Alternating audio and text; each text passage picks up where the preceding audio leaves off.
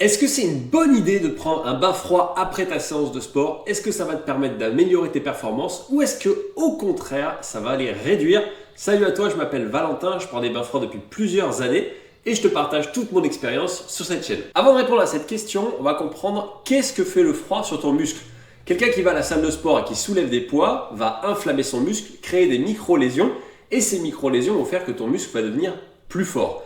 Le bain froid va agir comme un anti-inflammatoire et du coup va éviter que tu aies des courbatures ou des douleurs et va faire en sorte que tu récupères mieux. C'est d'ailleurs une technique qui est déjà utilisée dans les sportifs de haut niveau, surtout dans le foot, le rugby, la boxe et le crossfit. Si tu veux en savoir plus sur les effets du bain froid sur ta récupération, je te mets une vidéo juste ici. Mais sachant ça, est-ce que c'est une bonne idée de prendre un bain froid après sa séance? Eh bien, selon les experts des bains froids et du sport, la réponse est oui, tout simplement. Si tu prends un cycliste sur le Tour de France, qui a donc des épreuves sur plusieurs jours, ils prennent des bains froids le soir pour être en forme et mieux récupérer pour le lendemain.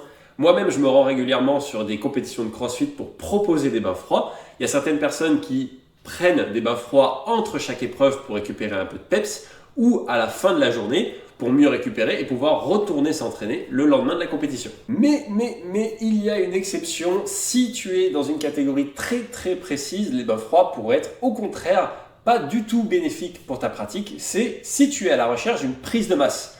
Vu que c'est l'inflammation et les micro-déchirures qui vont faire que ton muscle grossit, et bien vu que le bain froid est un anti-inflammatoire, il risque d'empêcher légèrement ton muscle de se développer. Si tu es dans ce cas, il va falloir que tu espaces au minimum de 4 heures ton bain froid de la fin de ta dernière séance. Mais si tu es dans ce cas, ce que tu peux faire aussi, c'est prendre tes bains froids sur tes jours de repos ou bien le prendre avant ta séance, comme ça, tu vas bénéficier du boost d'adrénaline avant d'aller t'entraîner. Voilà, c'est tout. C'était une vidéo qui était très courte, mais si tu veux en savoir plus sur les bains froids, je t'invite à t'abonner et je te dis à bientôt mon givré.